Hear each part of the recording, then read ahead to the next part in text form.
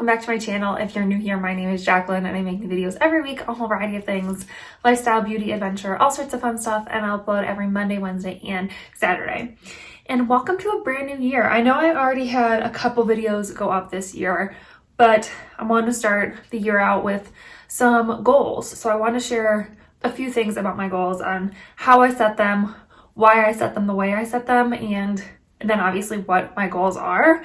I've talked about before that I don't like to call them New Year's resolutions. It's just a personal thing. I feel like when you call them New Year's resolutions, they tend to get like too much pressure put on them. So I do like to kind of like reset my goals for the year and kind of like refocus my goals. But then my goals kind of change throughout the year and evolve.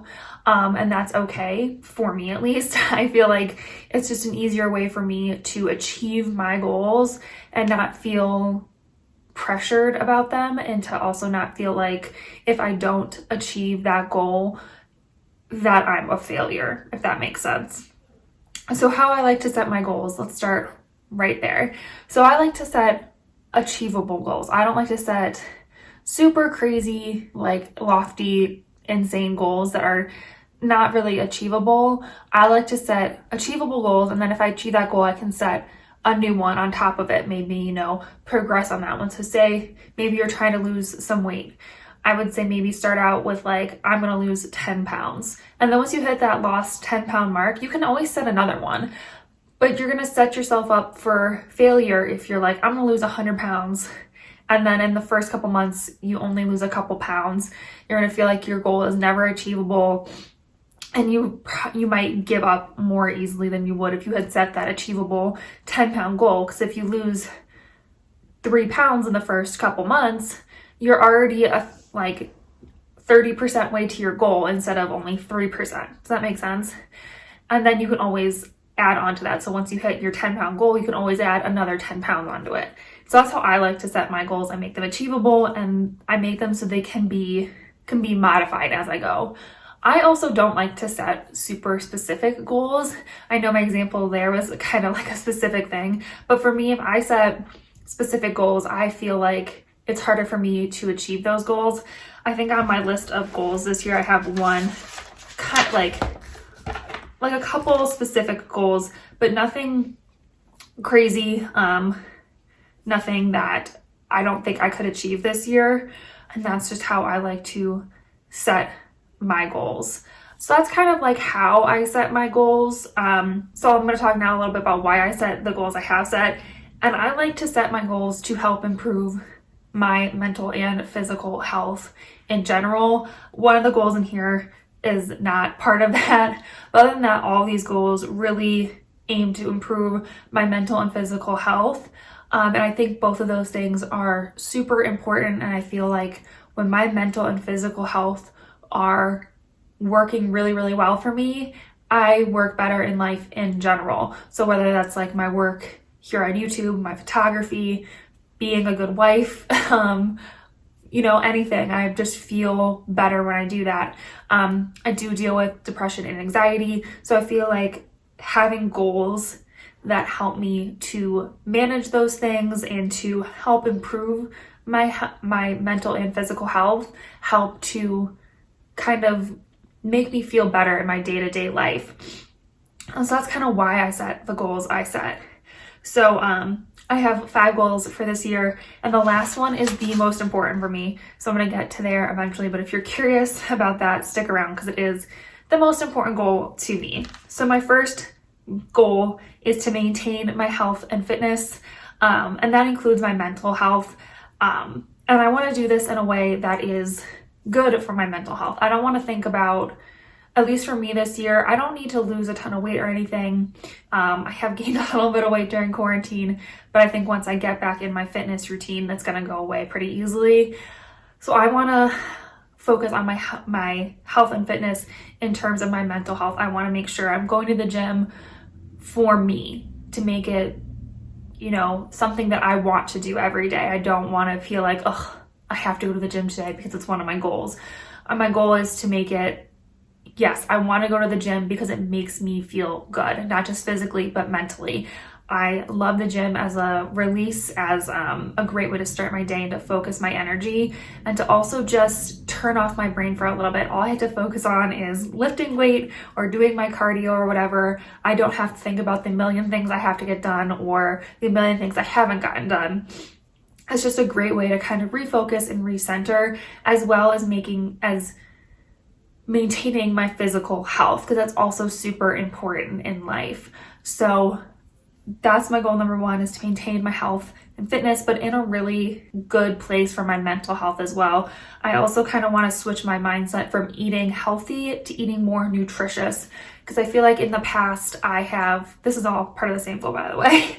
I feel like in the past I have focused on trying to eat healthy, and that's led to some bad relationships with food, and I've counted calories and macros and all that stuff, and I just feel like it's harder for me to get what I need in my body when I think about it that way. So I want to think about eating more nutritious foods that, are going to give me the energy I need, but also foods that maybe nourish my soul, if that makes sense. Like maybe I'm on my period, I'm having a bad day, I'm going to be okay with eating that cookie or the ice cream or whatever it is that's going to make me feel better mentally as well, but also making sure I am putting really good nutrients into my body as well. So that's kind of my first goal, and hopefully how I'm going to achieve it. My second goal is a tangible goal, and this is one that you guys can help with. If you're watching this, hit the subscribe button, because this year I really want to hit 1,000 subscribers. I think I'm at like 380 right now when I'm making this video, so I would really, really appreciate your help if you would subscribe to my channel. I really love making these videos. If you watched my videos, hopefully you can tell I just love being on YouTube, and I love making videos and talking to you all. So it's just something I really enjoy, and I really want to hit that milestone. But I need your help. So please help me out by subscribing and leaving comments about what kind of content you want to see, because I'm making this for you all. You know what I mean? I make it for myself too, so I make content I like to watch as well. But yeah, leave me a comment, let me know what you want to see, and help me along the way. It'd be great. All right, the next one is more for my mental health, and that's to journal daily. So I have this journal. It's actually what I'm reading out of right now. I have a journal. I have a whole bunch of different ones. I keep my full ones, and I just like to, write down things throughout the day, and I actually put my goals in a page in here. But I find that writing down, how my day went, how I'm feeling, if I slept well, all those kind of things kind of help to decompress me and to make sure that my mental health is still on the right track. I find that if I'm feeling stressed or anxious, I can write that down, and it helps me feel a little bit less of that, whatever I'm feeling. It's by no means a cure-all, but I just always find that journaling and writing down my anxieties and stuff kind of help lessen them, to get it on paper and to, kind of put it out in the universe. It kind of helps me to describe what I'm feeling, and that makes me feel better, if that makes sense.